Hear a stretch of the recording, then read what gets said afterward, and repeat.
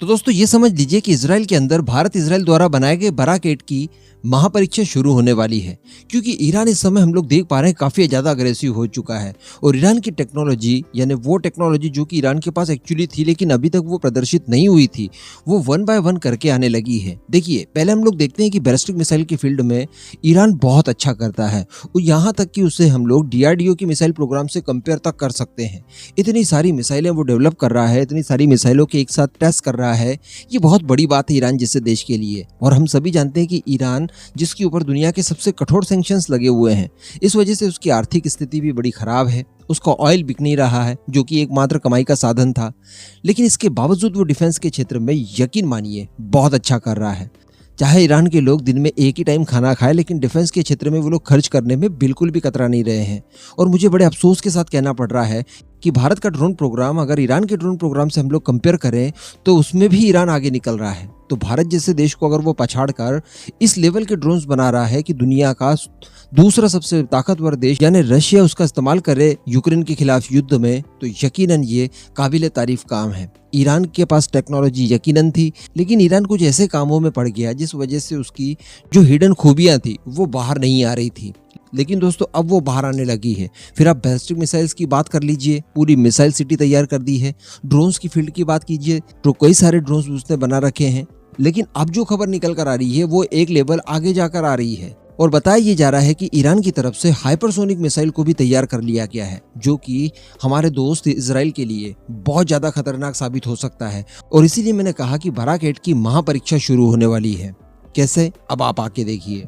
दरअसल ईरान की तरफ से दावा किया गया है कि उसने हाइपरसोनिक बैलिस्टिक मिसाइल तैयार कर ली है। और ये मिसाइल अगर आपको समझना है कि किस तरह की होगी और किस तरह का काम करेगी, तो बिल्कुल आप इसे DRDO की शौर्य मिसाइल से कंपेयर कर सकते हैं। जो हमारी शौर्य मिसाइल है, जो कि फुल्ली बैलिस्टिक नहीं है, वो क्वासी टाइप की बैलिस्टिक मिसाइल है। तो कुछ इसी तरह की प्रॉपर्टीज ईरान द्वारा बनाई गई हाइपरसोनिक बैलिस्टिक मिसाइल्स में भी होंगी।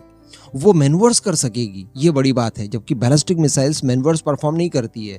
लेकिन ईरान की तरफ से बताया गया है कि ये अपने टर्मिनल फेज में भी मैनवर्स कर पाएगी, तो ये बहुत ही बड़ी बात है। और ईरान की तरफ से स्पेशली कहा गया है कि ये दुश्मनों की एयर डिफेंस सिस्टम्स को न्यूट्रलाइज करने के लिए स्पेशली बनाई गई है।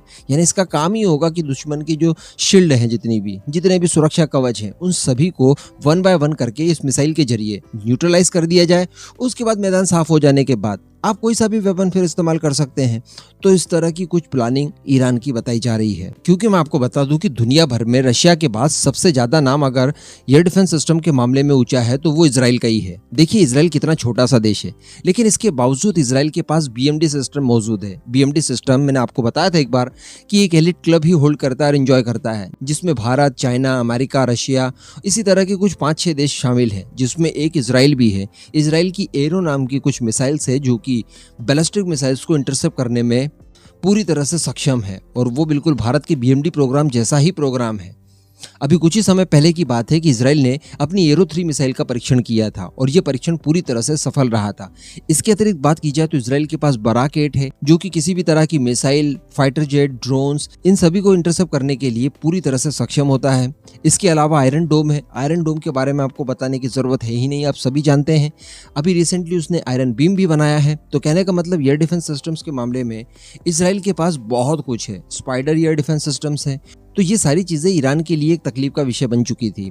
ईरान को मालूम था कि हमारे द्वारा किया गया कोई भी अटैक इजराइल बड़ी आसानी से हवा में ही नष्ट कर देगा, वो इजराइल की धरती तक जाकर लगेगा ही नहीं। इस वजह से डेफिनेटली ईरान को एक हाइपरसोनिक मिसाइल की आवश्यकता थी और उसी को लेकर ईरान ने काम वाम किया होगा, और अब उनकी तरफ से बताया जा रहा है कि इसे हमने तैयार कर लिया है। वैसे यहाँ पर मैं आपको बता दूं कि ये खबर जैसे ही बाहर आई, ईरान की तरफ से जैसे ही इस तरह के दावे किए गए हाइपरसोनिक बैलिस्टिक मिसाइल्स को लेकर, उसके बाद कुछ वेस्टर्न एक्सपर्ट्स ने इसके ऊपर अपनी राय दी और उन्होंने कहा कि ये सारी चीजें इतनी ज्यादा आसान भी नहीं है। और सबसे बड़ी बात है कि जो ईरान का पिछला ट्रैक रिकॉर्ड है उसके अकॉर्डिंग अगर देखा जाए तो ईरान अक्सर अपने हथियारों की रेंज वगैरह या उनकी कैपेबिलिटी बढ़ा चढ़ाकर बताता है। वैसे मैं आपको बता दूं और बताते हुए बड़ा गर्व महसूस हो रहा है कि भारत के अलावा, जी हाँ, केवल भारत के अलावा दुनिया के लगभग सभी देश अपने द्वारा बनाए गए हथियारों को बढ़ा चढ़ाकर ही बताते हैं। फिर आप चाइना को ले लीजिए, चाइना तो इस तरह के भी दावे कर सकता है कि उसकी मिसाइलें चंद्रमा को ही नष्ट कर दे। अमेरिका भी बड़ा चढ़ाकर बताता है, रशिया भी बड़ा चढ़ाकर बताता है। इवन इसराइल के बारे में भी कहा जाता है कि वो भी अपने कई सारे हथियारों को बढ़ा चढ़ाकर बताता है। तो इस तरह की चीजें चलती रहती है। कारण है कि इन्हें काफी बड़ी मात्रा में हथियारों को एक्सपोर्ट करना होता है। तो ये सारी चीजें उसका एक पार्ट है। तो ईरान भी इस तरह की हरकतें कर चुका है। पहले भी पास्ट में अगर देखा जाए तो अमेरिका के F-22 की टक्कर में ईरान ने भी अपना एक 5th जनरेशन का स्टेल्थ एयरक्राफ्ट बनाने का दावा किया था। यह आप इस समय फोटो देख रहे हैं, F-313 कहर नाम था इसका। लेकिन ये बिल्कुल भी कहर नहीं था, बल्कि जहर था। ये कभी उड़ा ही नहीं। तो इस तरह की चीजें ईरान की तरफ से पहले कही जा चुकी है। तो ईरान के ऊपर इतना ज्यादा आसानी से ट्रस्ट भी नहीं किया जा सकता कि उसने इस तरह की कोई मिसाइल बना ली होगी। लेकिन कैपेबिलिटी तो है उसके अंदर, इस बात को हमें स्वीकार करना होगा। और सबसे बड़ी बात कि इजराइल में जब से बेंजामिन नेतन्याहू की वापसी हुई है, उनके दुश्मन जितने भी हैं वो सारे एक के बाद एक एक्टिव होते हुए जा रहे हैं। बाकी इस पूरे मुद्दे पर दोस्तों आपका क्या मानना है? क्या ईरान ने सच में इस तरह की कोई हाइपरसोनिक मिसाइल को डेवलप कर लिया है या फिर नहीं? नीचे कमेंट करके जरूर बताइएगा।